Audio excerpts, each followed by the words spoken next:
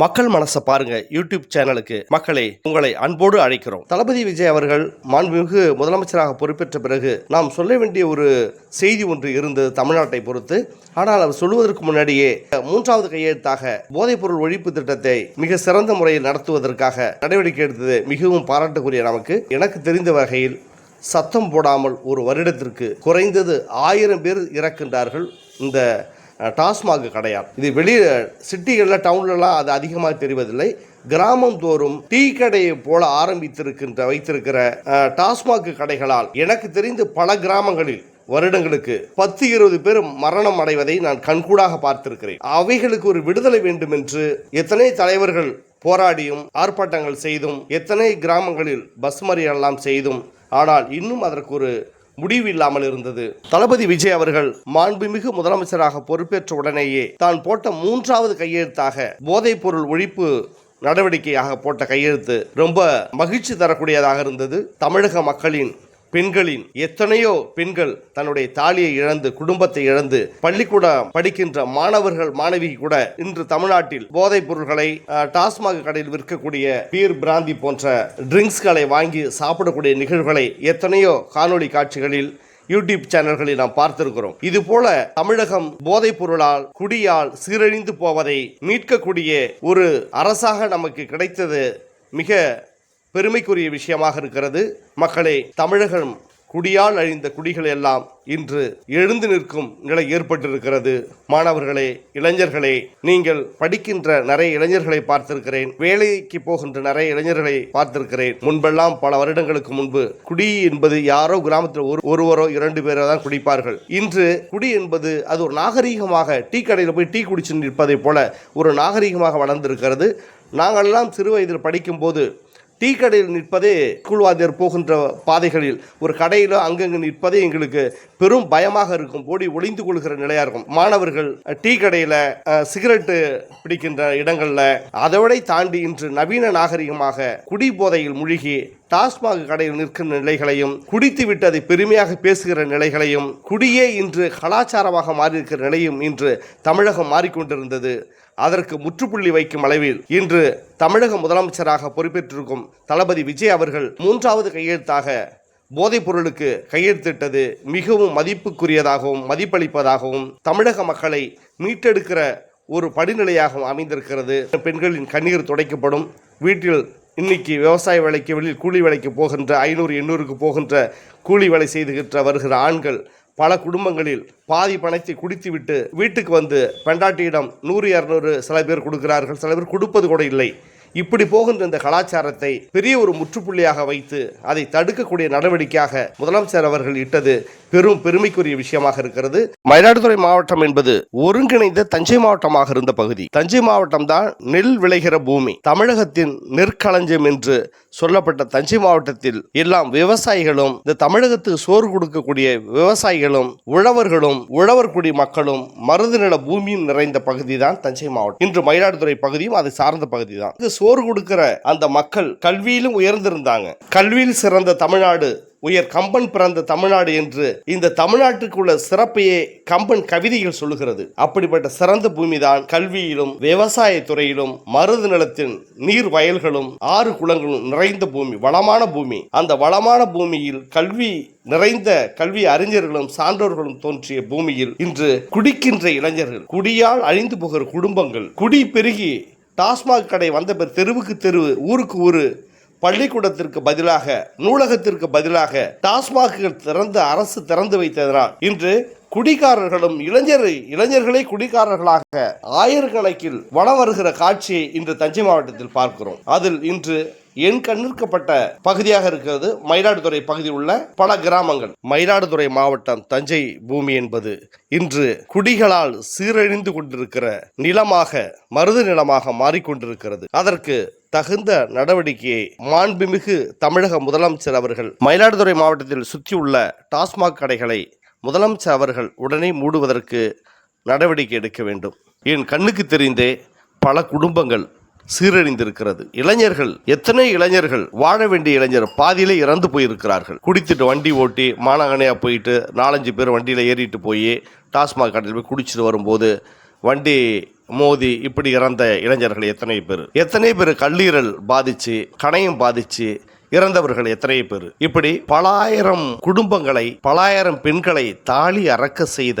இந்த டாஸ்மாகை தளபதி விஜய் அவர்கள் முதலமைச்சராக பதவியேற்ற பிறகுதான் இதற்கு ஒரு முடிவு வந்து கொண்டிருக்கிறது. என் கண்கூடாக பார்த்திருக்கிறேன் மக்களே. தளபதி விஜய் அவர்களின் ஆட்சி 2-3 வருடங்களுக்கு முன்பே அமைந்திருந்தால் எத்தனையோ இளைஞர்கள் தமிழகத்தில் இன்று உயிரோடு இருந்திருப்பார்கள். என் நெருங்கிய நண்பர்கள், என் ஊருகார தோழர்கள் எத்தனை பேர் இறந்து போனார். கல்யாணம் திருமணம் பண்ணுவதற்கு முன்பே 20 வயதிற்குள் 25 வயதிற்குள் எத்தனை இளைஞர்கள் இறந்து போனார்கள். மயிலாடுதுறை சார்ந்த அங்க மல்லிகைக்குள்ளை கிராமம் என்ற ஒரு கிராமம், மணல்மேடு, பட்டைவர்த்தி, இப்படி அது சுத்தியும் இருக்கிற எல்லா விவசாய மக்கள், கூலி விவசாயிகள், அந்த விவசாய மக்கள் சின்ன சின்ன பசங்க, வாழ வேண்டிய பசங்க, பக்கத்திலே நடந்து போற தூரத்துல, ஊருக்கு பக்கத்திலே, தெருவுக்கு பக்கத்திலே டாஸ்மாக் வந்ததுனால நிறைய இளைஞர்கள் அது சகஜமான ஒரு வாழ்வியலா மாறி போச்சு. இப்போ ஒரு குறிப்பிட்ட ஒரு 15-20 வருஷத்துக்கு பிறகு, முன்னாடியெல்லாம் குடிப்பவர்கள் யாரோ பதுங்கிட்டு போய் யாருக்கும் தெரியாத துண்டை போட்டு மூடிக்கிட்டு இப்படி குடிச்சிட்டு வருவாங்க. எனக்கு தெரிஞ்ச பெரியவர்கள்லாம் அப்படிதான் இருந்தாங்க. ஒரு ஊருக்கு ஒருத்தவங்க 2 பேர் தான் அரிதாக குடிக்கக்கூடிய மனிதர்கள் இருந்தாங்க. இப்போ ஒரு டாஸ்மாக்னு ஒரு இந்த பார்லாம் வந்த பிறகு, கடைகள் வந்த பிறகு, கிராமத்துக்கு கிராமம், ஊருக்கு ஊரு, எங்கெங்க விவசாய மக்கள், எங்க கூரை வீடுகள் அதிகமாக இருக்கிறதோ, எங்க பாமர மக்கள், விவசாய மக்கள், கூலி செய்கிற மக்கள், கூலி வேலை செய்கிற மக்கள் எங்க அதிகமாக இருக்கிறார்களோ அதை பார்த்து தேர்ந்தெடுத்து அங்க போய் திறந்தாங்க பாருங்க. அதுதான் அரசு செய்த மாபெரும் குற்றம். இப்ப டவுன்ல முன்னாடிலாம் இருக்கும், குடிக்க போறவங்க ஏதோ ஒரு டவுனுக்கு ஒரு வேலையா போவாங்க, வீட்டில் ஒரு ஃபங்க்ஷன் அது இதாக இருக்கும், அன்னைக்கு ஏதோ ஒன்று வாங்கிட்டு வந்து ஏதோ அங்கே கொள்ளையில் அங்கங்கே வச்சு குடிப்பாங்க. அப்படி தான் நான் பார்த்துருக்குறேன் இந்த ஃபங்க்ஷன், கல்யாணம், அப்படி இப்படி விஷயங்களில். ஆனால் இந்த டாஸ்மாக்னு ஒன்று திறந்த பிறகு அது கிராமமாக, ஊராக இந்த மக்களை, ஓட்டு போட்ட மக்களை சிந்திக்க விடாமல், ஆங்கிலேயர்கள் எப்படி சிந்திக்க விடாமல் அடிமையாக வைத்திருந்தார்களோ அதே போல இந்த ஓட்டு போட்ட மக்களை அடிமையாக வைத்திருக்க வேண்டும் என்றே, தான் படித்து விட்டால், முன்னேறிவிட்டால் தான் சொன்னதை கேட்க மாட்டாங்க, தனக்காக ஓட்டு போட மாட்டாங்க அப்படின்ட்டு அவர்களை அடிமையாக வைத்திருக்க வேண்டும், போதைக்கு அவர்களை சிக்க வைத்து போதை வாசிகளாக அவர்களை உருவாக்கி ஓட்டுக்கு பணத்துக்கும் ஓட்டு போட வைத்து இந்த தமிழகத்தை குட்டிச்சுவராக ஆக்கிய இந்த நிலைதான் தமிழகத்தில் நீடித்துக் கொண்டிருந்தது. தமிழக முதலமைச்சராக தளபதி விஜய் அவர்கள் மாண்புமிகு முதலமைச்சராக பொறுப்பேற்ற பிறகுதான் இந்த நிலை, பொறுப்பேற்ற 2-3 நாட்களிலே இதற்கான ஒரு முடிவு வந்திருக்கிறது. நான் ஏற்கனவே நினைத்தேன், தளபதி விஜய் அவர்கள் முதலமைச்சராக பொறுப்பேற்பதற்கு முன்பே ஒரு 6-7 மாதங்களுக்கு முன்பே நான் ஒரு முயற்சி செய்தேன். ஒவ்வொரு முறையும் நம்ம ஒரு முயற்சி செய்தால் என்ன, தமிழகத்தில் உள்ள ஆசிரியர்கள் எல்லாமே, ஆசிரியர்கள் டாஸ்மாக் கடைக்கு எதிராக போராட்டம் அப்படின்னு ஒரு தலைப்பு செய்தியா வரட்டும், இப்படி ஒரு Facebook மூலமா, இன்ஸ்டா மூலமா ஒரு செய்தியை பரப்பி எங்களுடைய படிக்கின்ற மாணவர்கள் எத்தனை பேர் தகப்பன் குடிப்பதால் தான் குடும்பம் சீரழிந்து கொண்டு பள்ளிக்கூட படிப்பை தொடர முடியாமல் சிறு வயதிலே வேலைக்கு போகின்ற சூழ்நிலையும், அப்பா அம்மா சரியான குடும்பம் நடத்த முடியாமல், தன்னுடைய படிப்பு தொடர முடியாமல் இப்படி சீரழிந்து போன்ற நிலைகளை பார்த்திருக்கிறோம். இப்படி மாணவர்கள் எல்லாம், மாணவர்கள் யாரோ பெற்ற பிள்ளைகள் கிடையாது, அவன் என் மாணவன், இந்த தேசத்தினால் ஆளக்கூடியவன், அவனை காப்பாற்ற வேண்டியது, அவன் குடும்பத்தை காப்பாற்ற வேண்டியது, அப்பா அம்மாவை நல்ல முறையில் வாழ வைக்க வேண்டியது ஒரு ஆசிரியரோட கடமை. மாணவனின் மனசில் குற்றங்களை அகற்றுவது மட்டுமே ஆசிரியர் கடமை அல்ல, மாணவனுடைய பெற்றோர்களையும் நல்வழிப்படுத்துவது ஆசிரியருடைய கடமை என்று தமிழகத்தில் உள்ள ஆசிரியர்களுக்கு எல்லோருக்கும் இந்த செய்தியை பரப்பி ஒரு போராட்டத்தை, ஆசிரியர்கள் நடத்துகின்ற மதுவுக்கு எதிரான போராட்டம் என்று ஒரு போராட்டத்தை ஏற்படுத்தலாம் என்று நினைத்து பேசி நண்பர்களுள்ள முடிவெடுத்தோம். ஆனால் அது விரைவாக சரியாக முடிவு செய்ய முடியாத ஒரு சூழல் இருந்ததால், அதற்குள்ள ஏதோ இறைவன் செய்த புண்ணியத்தால என்னவோ தமிழகத்திற்கு தேர்தல் நெருக்கமாக இருந்தது. தளபதி விஜய் அவர்கள் முதலமைச்சராக வந்த பிறகு இறைவனை செய்த வேலை என்று இது தெரிகிறது. இந்த இந்த மண்ணை, இந்த தமிழக மண்ணை, மக்களை காக்க வேண்டியதற்காக ஒரு மனிதனை பிறக்க வைக்க வேண்டும், இந்த வருடத்தில் அவர் முதலமைச்சராக தமிழகத்திற்கு வர வேண்டும் என்று இறைவனே செய்து திட்டமிட்டு அனுப்பியதை போல ஒரு காரியம் நடந்து தமிழகம். அந்த மயிலாடுதுறை சுற்றி இது சிறிய பகுதி, ஓரளவுக்கு நாகரிகமான மக்கள் வாழ்கிற இடம்தான் மயிலாடுதுறை. அதுக்கு பெற்ற சுத்து பகுதியெல்லாம் வெவ்வேறு கிராமங்கள், கொஞ்சம் ரொம்ப ரொம்ப ரொம்ப கிராமத்தோட ஒரு வடிவமைப்பு அப்படியே இருக்கும், மாறாமல் இருக்கும். அதுபோல இடங்களில் அவர்கள்லாம் இப்போ தான் ஒவ்வொரு பிள்ளைங்களை படிக்க வச்சு கொஞ்சம் விவரம் தெரிஞ்சு நல்லபடி ஒரு பேண்ட் சட்டை போட்டுக்கிட்டு ஒரு கல்லூரி போயிட்டு வந்து வேலை வாய்ப்புக்கு தகுதி இல்லை என்றாலும் எல்லா குடும்பத்திலும் ஒரு இளைஞன் படிக்கிறான், பட்டப்படிப்பு படிக்கிறான் என்ற நிலை மாறியது தஞ்சை மாவட்டம். ஆனால் அந்த நிலை டாஸ்மாக் என்கிற கடை வந்த பிறகு ஊருக்கு ஊரு பள்ளிக்கூடம் வேண்டும் என்று குரல் கொடுத்த காமராஜர் எங்கே, ஊருக்கு ஊரு நூலகம் வேண்டும் என்று கவி உரைத்த பாரதிதாசன் எங்கே, ஆனால் ஊருக்கு ஊரு தட்டாமல் டாஸ்மாக் திறந்து வைத்தார். நாம் என்ன செய்ய முடியும்? நமக்கு அரசியல் பலம் இல்லை, பொருளாதாரம் இல்லை, படித்திருக்கிறோம், அவ்வளவுதான். இதை வைத்துக்கொண்டு எப்படி காப்பாற்றுவது? ஆனால் தமிழகம் முழுசும் நம்மளுடைய குரல் கேட்க வேண்டும். மது பழக்கம் என்பது, போதை பழக்கம் என்பதும் ஒரு கலாச்சாரமாக, அது ஒரு பெரிய குற்றம் இல்லை. சர்வசாதாரண குடிக்கிறது, இது போல மது பழக்கம், போதைப் பொருளாம் வந்து சாதாரண விஷயம் அப்படின்னு ஒரு நிலை வந்துருச்சு. தமிழகம் முழுசும் நாகரீகமாக வளர்ந்து வந்தது.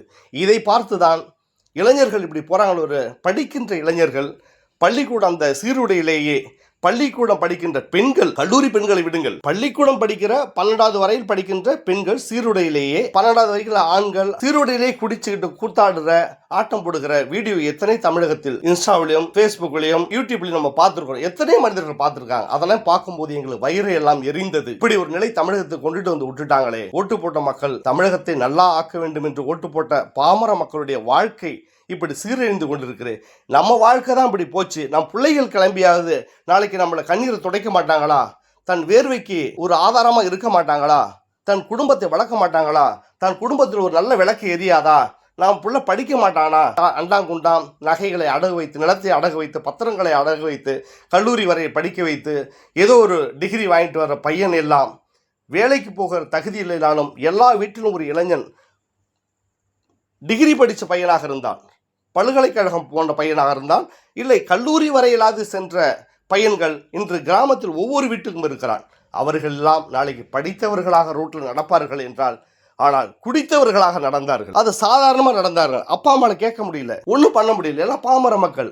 பையன் படித்த பையன், அவன் ஏதோ ஒரு காரணம் சொல்லி. ஏன்னா இன்னைக்கு நடக்கிற இன்னொரு விஷயம் தெரியுமா? படிக்காதவர்கள் அதிக தவறுகள் செய்வதில்லை. ஆனால் எனக்கு தெரிந்ததை, படிக்காதவர்கள் தவறு செய்தால் அது கண்டுபிடித்து விடலாம் சீக்கிரமாகவே. படித்தவன் தவறு செய்யும் போது அது கண்டுபிடிக்க முடியாத ஒரு சூழல் எனக்கு தெரிந்து நடந்தது.